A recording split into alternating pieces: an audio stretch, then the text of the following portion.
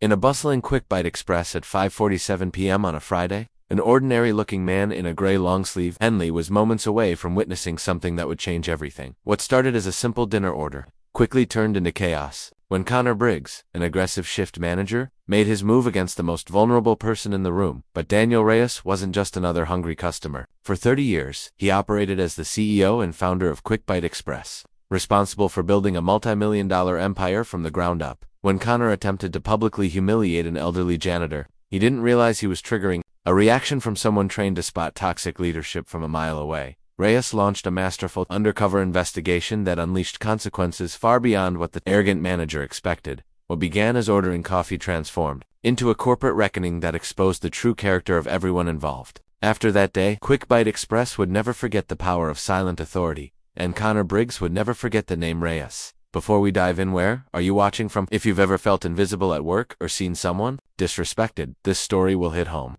Tap like, hit subscribe, and let's see what happens when a CEO goes undercover in his own restaurant. The fluorescent lights hummed overhead, casting their harsh glow across the red and yellow interior of QuickBite Express. At 5:47 p.m. on a Friday, the restaurant pulsed with the frantic energy of rush hour, a symphony of beeping registers, sizzling fryers, and impatient voices. The line snaked toward the door, filled with office workers clutching phones, tired parents with restless children, and students counting crumpled bills. Daniel Don Reyes stood quietly in the middle of it all, unremarkable in his gray long sleeve, henley and worn jeans. His hands rested in his pockets, his expression neutral as he watched the organized chaos unfold. To everyone around him, he was just another customer waiting for his turn, another face in the crowd of hungry, hurried people. Behind the counter, Cassie Martinez's fingers flew across the register, her voice strained but polite as she took order after order. Sweat beaded on her forehead despite the air conditioning. She'd been on shift for 6 hours straight, her manager having denied her break request twice. Her eyes darted nervously toward the kitchen, where Connor Briggs paced like a caged animal, barking orders at the overwhelmed crew. "Move it, people. We're behind on drive-through times." Connor's voice cut through the din, sharp and demanding. At 26, he'd been promoted to shift manager just 3 months ago, and he wore his authority like armor, sheeny, obvious, and designed to intimidate. "Those numbers better be green by 6, or we're all staying late." Don observed the young manager's aggressive posture, the way the staff's shoulders tensed whenever Connor approached. He'd seen this type before, someone who confused volume with leadership, who believed fear was an effective motivator. Dan had learned different lessons in his 30-year journey from night shift janitor to CEO, but Connor didn't need to know that. Not yet. Near the far wall, Mr. Leto Santos moved with quiet dignity, his weathered hands gripping a mop handle worn smooth by years of use. At 68, he carried himself with the bearing of someone who'd seen harder days, a retired security guard who'd taken this job not out of desperation, but out of a desire to stay useful, to contribute something meaningful to help raise his grandchildren. His gray hair was neatly combed, his uniform pressed, despite its age. "Excuse me, sir," Mr. Leto said softly as he approached Dan, gesturing toward a small spill near the condiment station. "I'll just clean this up real quick." Dan nodded and stepped aside, noting the genuine warmth in the older man's eyes. "Take your time." The restaurant's rhythm continued its chaotic dance until a teenage customer, juggling his phone and a large soda, bumped into the condiment station. The drink slipped from his grip, exploding across the floor in a cascade of ice and cola. The boy muttered an apology and hurried away, leaving behind a sticky mess that immediately drew complaints from other customers. Mr. Leto appeared within seconds, his mop and bucket already in hand. "No problem," he said to no one in particular, his voice carrying the patience of someone who'd cleaned up countless spills over the decades. "I've got it." That's when Connor struck Leto. "What the hell is this?"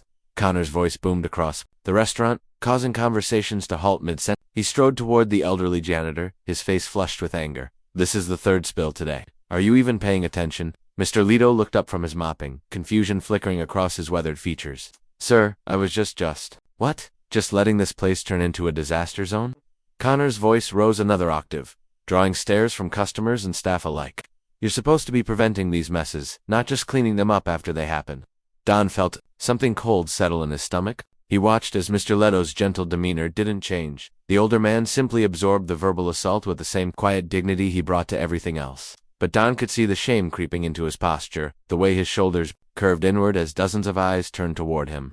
"I understand, Mr. Briggs," Mr. Leto said quietly, his voice barely audible above the restaurant noise. "I'll be more careful." "You bet you will," Connor snapped, his chest puffed with false authority. "And next time, maybe try doing your job before the customers start complaining.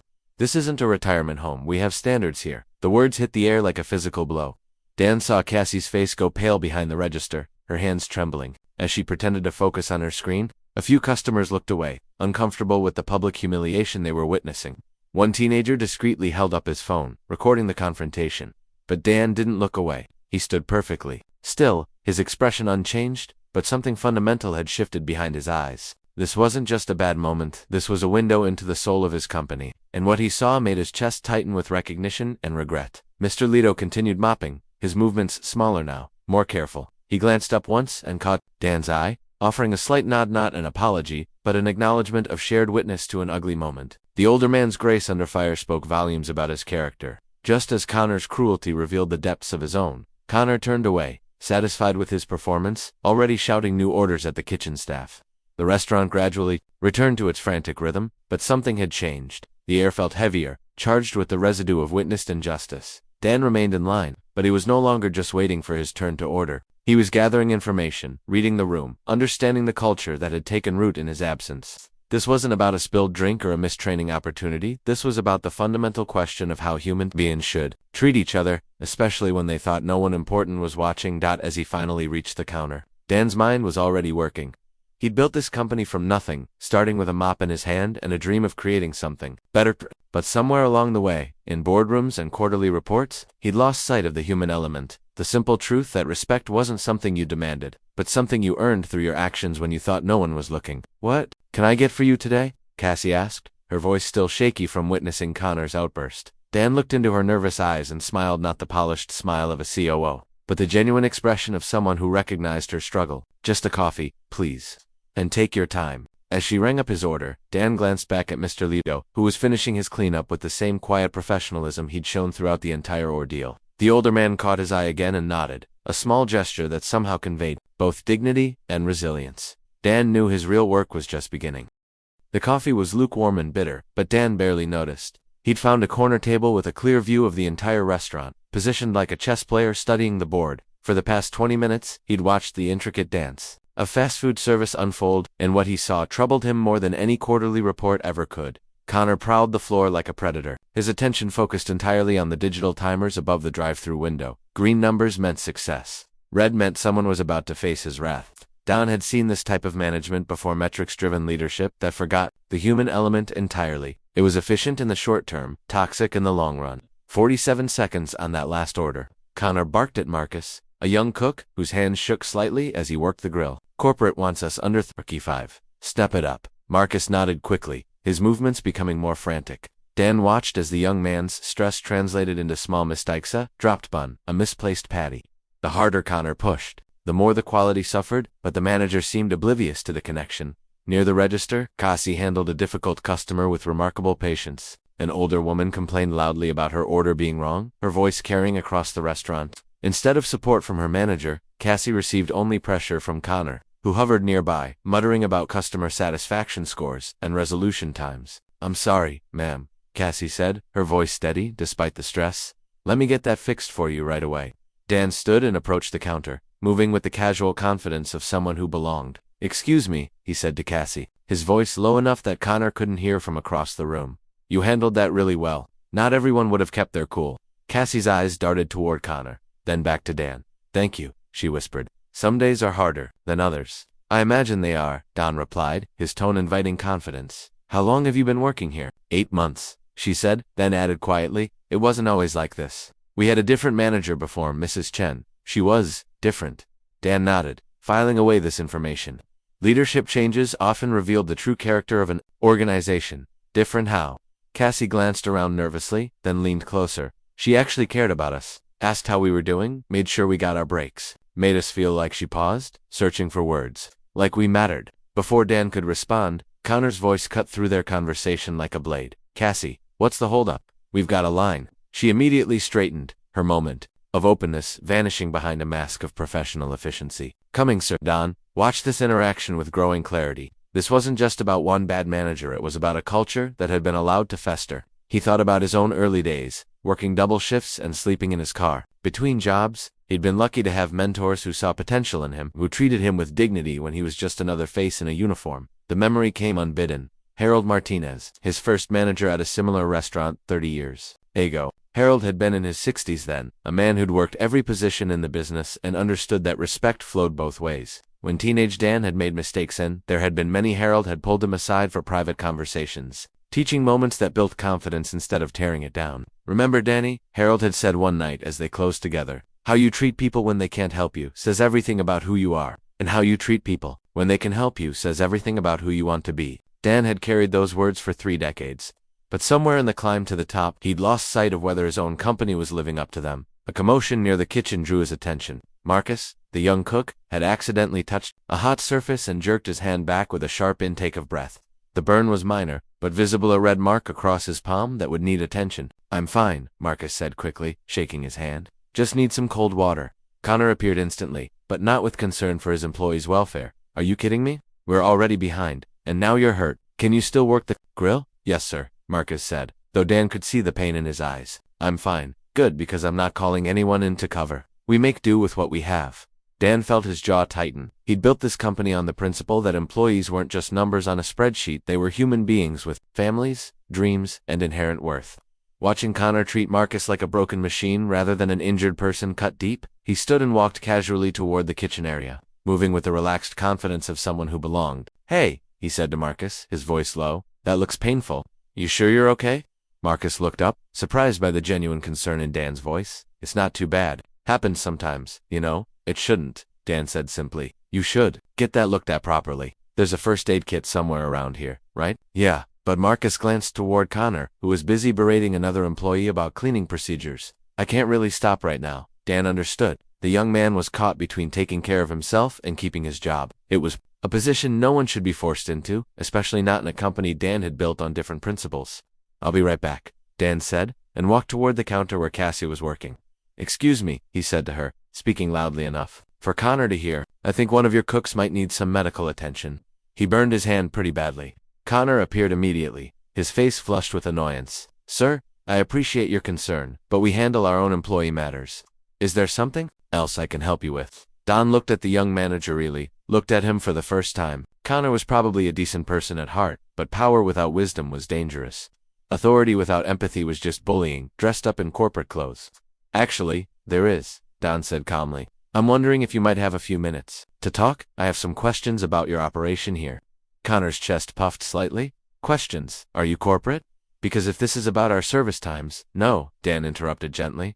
"I'm not corporate. I'm just a customer who's noticed some things. Would you mind if we chatted privately for a moment?" Something in Dan's tone, the quiet authority, the way he held himself, made Connor pause. I guess. But just for a minute." "We're really busy, I understand," Dan said. "Just a minute." As they walked toward the manager's office, Dan caught sight of Mr. Leto refilling napkin dispensers near the window. The older man worked with the same quiet dignity he'd shown during his humiliation, but Dan could see the careful way he moved, the alertness in his posture. He was working scared now, watching for the next moment when Connor might explode. That was going to change. Dan pulled out his phone and sent a quick text to a number he hadn't used in months. "Maria, I need you to come to the QuickBite on 5th Street quietly. Don't announce yourself, just observe. We'll talk when you get here." Maria Santos, his regional manager, would be here within the hour. By then, Dan would have a much clearer picture of what needed to be done.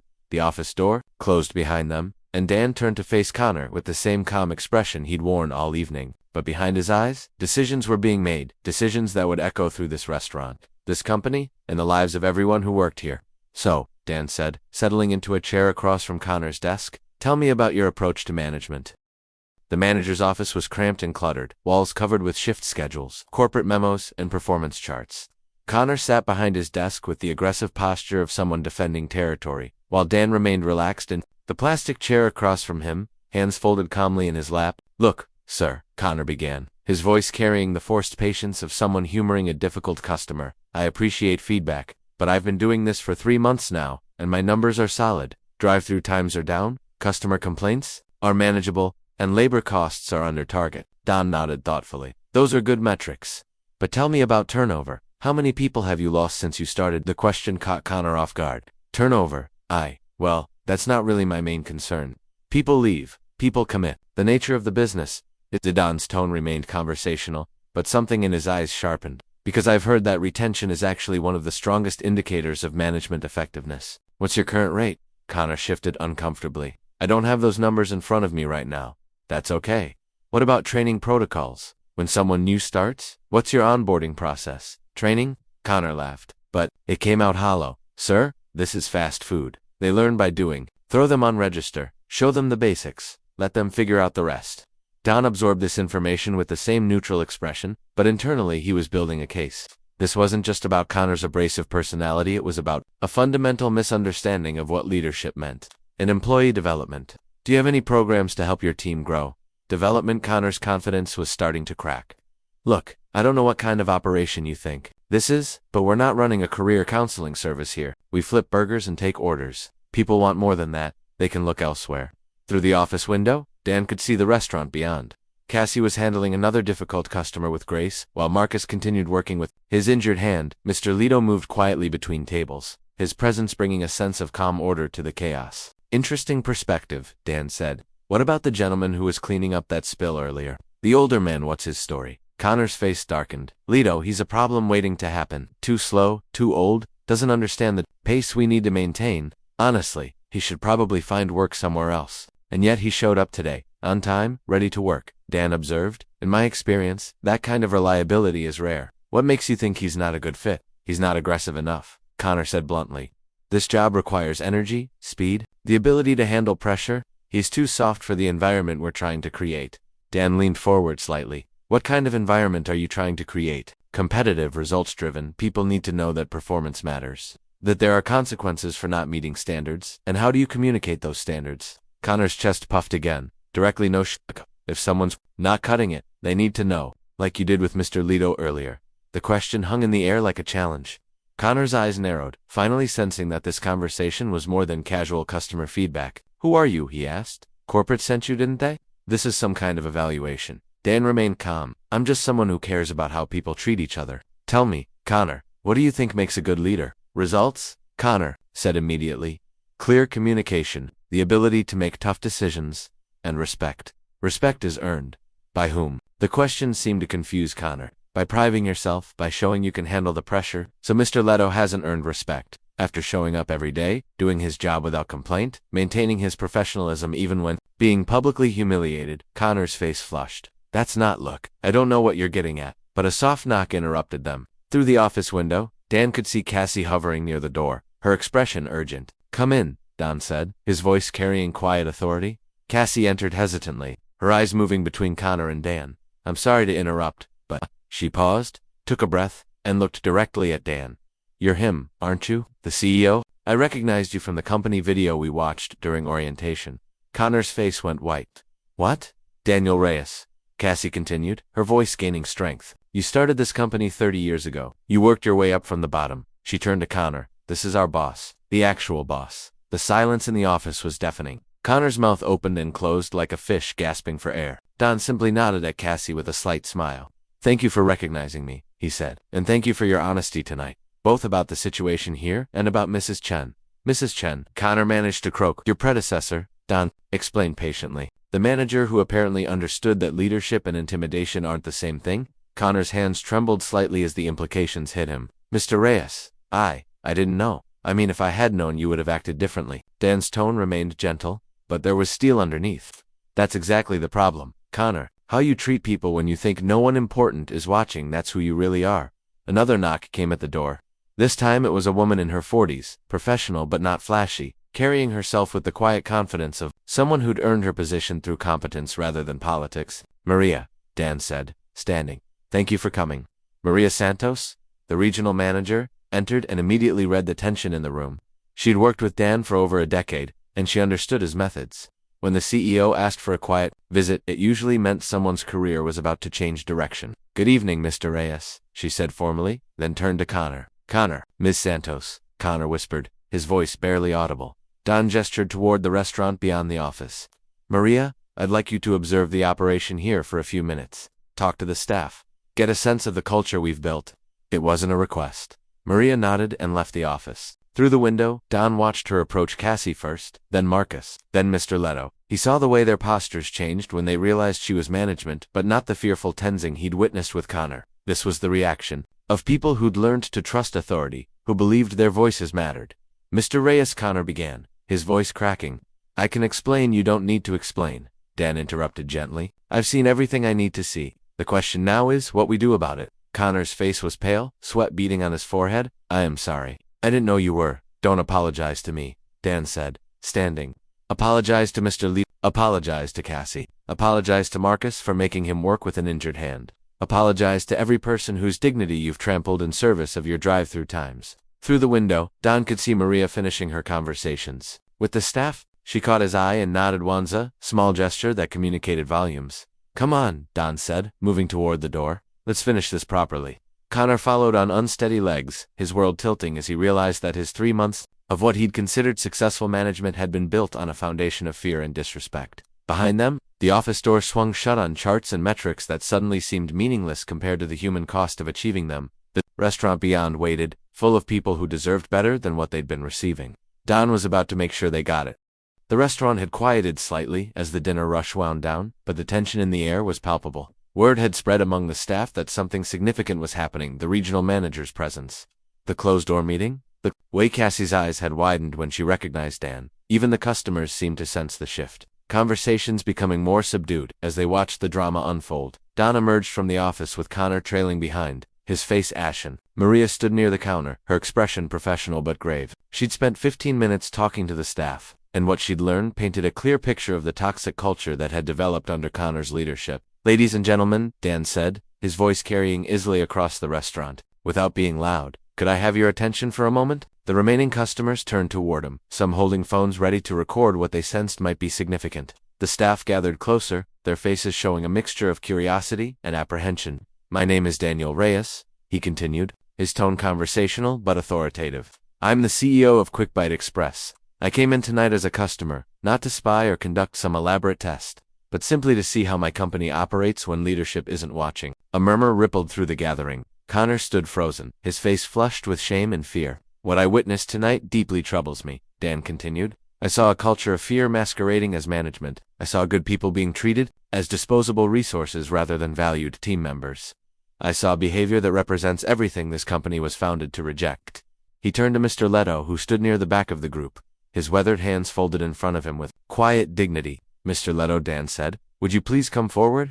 The elderly janitor hesitated, glancing around uncertainly. Cassie gave him an encouraging nod, and he slowly made his way to the front of the group. Mr. Leto, Dan said, extending his hand. I want to apologize to you personally for what you endured tonight. The way you were treated is unacceptable and does not represent the values this company was built on. Mr. Leto shook Dan's hand with surprise and gratitude. Thank you, sir, but I'm okay. I've worked many jobs, seen many managers. I know the difference between a person and their worst moment. The grace in his response hit Dan like a physical blow. Here was a man who'd been publicly humiliated, yet he chose to respond with wisdom and forgiveness. That's exactly what I'm talking about, Dan said, his voice carrying emotion. You've demonstrated more leadership in that one statement than some people show in entire careers. You represent the heart of what this company should be. He turned to address the entire group again. I started this company 30 years ago with a mop in my hand and a dream of creating something better. I worked night shifts, slept in my car, and made more mistakes than I care to remember. But I was blessed with managers who saw potential in me, who treated me with dignity when I was just another kid in a uniform. Don's eyes found Connor, who was staring at the floor. Leadership isn't about demanding respect, it's about earning it through your actions. It's not about managing metrics, it's about developing people. It's not about fear, it's about trust. He paused, letting his words sink in. Connor, I want you to know that I don't question your desire to succeed or your commitment to this company, but leadership is a skill that must be learned, and unfortunately, you've learned the wrong lessons. Connor looked up, his eyes red-rimmed. Mr. Reyes. This is a business decision, Dan said gently but firmly. Effective immediately. You're no longer the manager of this location. Maria will help you transition to another position within the company, one where you can learn proper leadership skills without the responsibility of managing people. The dismissal was delivered with dignity, but it was final. Connor nodded wordlessly, understanding that his actions had consequences. Don turned back to Mr. Lee. Sir, I have a proposition for you. I'd like to offer you a position as a shift supervisor. Your calm presence and natural leadership would be invaluable in helping us rebuild the culture here. Mr. Leto's eyes widened. Sir, I am just a janitor. I don't know anything about managing people. You know the most important thing, Dan replied. You know how to treat people with respect. Everything else can be taught. He looked at Cassie, who was watching the exchange with tears in her eyes. Cassie, you've shown remarkable grace under pressure tonight. I'd like to enroll you in our management training program. If you're interested, I think you have real potential to become a leader here. Yes, sir, she whispered. I would love that. Dan addressed the entire group one more time. I want you all to know that what happened here tonight is not acceptable, but it's also not unfixable. We're going to rebuild this culture together, based on respect, dignity, and the understanding that every person who works here has value. Pulled out a business card and handed it to Mr. Litto. That's my direct number. If you ever see behavior that doesn't align with our values, I want you to call me personally. Not next week, not next month, immediately. A customer near the back of the group began to clap. Others joined in, and soon the entire restaurant was applauding not for the drama, but for the demonstration of values being put into action. Don raised his hand for quiet. Thank you, but this isn't about me, it's about all of you. Every person in this room has the power to make someone's day better or worse. Choose better. He walked toward the exit, but paused at the door. Maria, I'd like a full report on the transition plan by Monday, and I want to know about any other locations where we might have similar cultural issues. As he pushed open the door, young Marcus called out from behind the counter, Mr. Reyes. Dan turned back. Thank you, Marcus said simply, for seeing us. Dan nodded, his throat tight with emotion. Thank you for being worth seeing. He stepped out into the cool evening air, leaving behind a restaurant that felt fundamentally different than the one he'd entered an hour ago.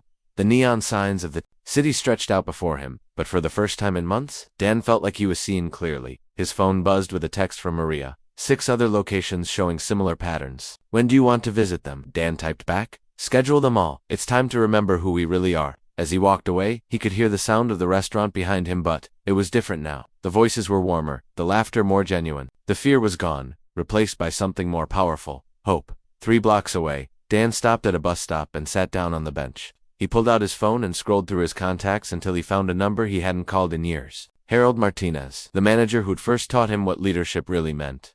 The phone rang twice before a familiar voice answered. Danny, is that you? Hi, Harold, Dan said, smiling despite himself. I just wanted to call and say thank you for everything you taught me about treating people right. What brought this on? Harold asked, his voice warm with affection. I remembered something tonight, Don said. How you treat people when they can't help you says everything about who you are. Harold chuckled. And how you treat people when they can help you says everything about who you want to be. You always were a good listener, Danny. I'm trying to be, Don said. I'm trying to remember that business isn't just about numbers, it's about people. That's my boy, Harold said. That's the kid I knew would change the world. Dan ended the call and looked back toward the restaurant, now just a glow in the distance. Tomorrow, he would start visiting other locations. Tomorrow, he would begin the hard work of rebuilding a culture that had drifted away from its roots. But tonight, he had remembered something essential. Respect wasn't something you wore like a title or wielded like a weapon. It was something you showed through your actions, especially when you thought no one important was watching, and everyone, Dan had learned, was important. This story reminds us, real leadership isn't about titles or power, it's about how you treat people when no one's watching. If that hit home, like and subscribe for more stories that matter.